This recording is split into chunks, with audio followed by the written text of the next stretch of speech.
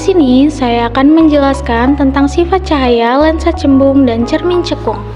Alat dan bahannya yaitu cermin datar, cermin cembung, cermin cekung, lampu senter atau laser, lilin, layar atau tabir ke atas, dan celah cahaya. Hasil pengamatan, percobaan pemantulan cahaya pada cermin datar yaitu cahaya datang menuju cermin dan dipantulkan kembali secara teratur. Sudut datang sama dengan sudut pantul bayangan. Bayangan tampak tegak dan sama besar dengan benda saat lilin digeser. Bayangan ikut bergeser dengan jarak yang sama terhadap cermin. Hasil pengamatan percobaan pemantulan cahaya pada cermin cembung, cahaya dipantulkan menyebar, bayangan terlihat lebih kecil. Bayangan berada di belakang cermin, ukuran bayangan tetap lebih kecil. Meskipun posisi berubah, hasil percobaan pemantulan cahaya pada cermin cekung, cahaya dipantulkan dan berkumpul pada satu titik, atau titik fokus bayangan dapat terlihat jelas pada layar bayangan, dapat diperbesar atau diperkecil, tergantung jarak benda bayangan.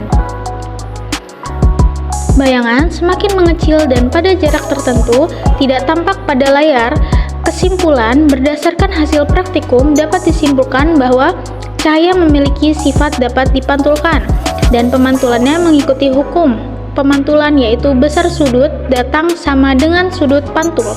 Jenis cermin mempengaruhi arah pantulan cahaya dan sifat bayangan yang terbentuk. Cermin datar menghasilkan bayangan maya tegak dan sama besar dengan benda. Cermin cembung menghasilkan bayangan maya tegak dan diperkecil. Sedangkan cermin cekung dapat menghasilkan bayangan maya atau maya dengan ukuran bayangan yang bergantung pada jarak benda terhadap cermin. Melalui praktikum ini, konsep pemantulan cahaya sekaligus melatih keterampilan mengamati, menganalisis, dan menarik kesimpulan.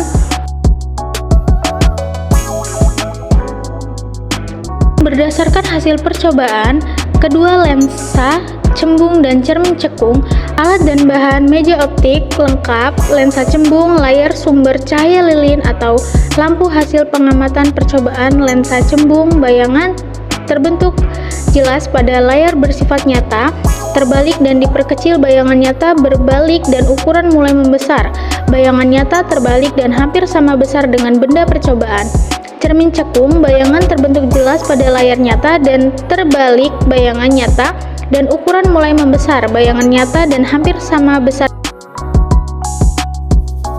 Kesimpulannya, berdasarkan hasil praktikum dapat disimpulkan bahwa lensa cembung dan cermin cekung memiliki sifat memusatkan cahaya atau konvergen, sehingga dapat membentuk bayangan nyata yang dapat ditangkap oleh layar.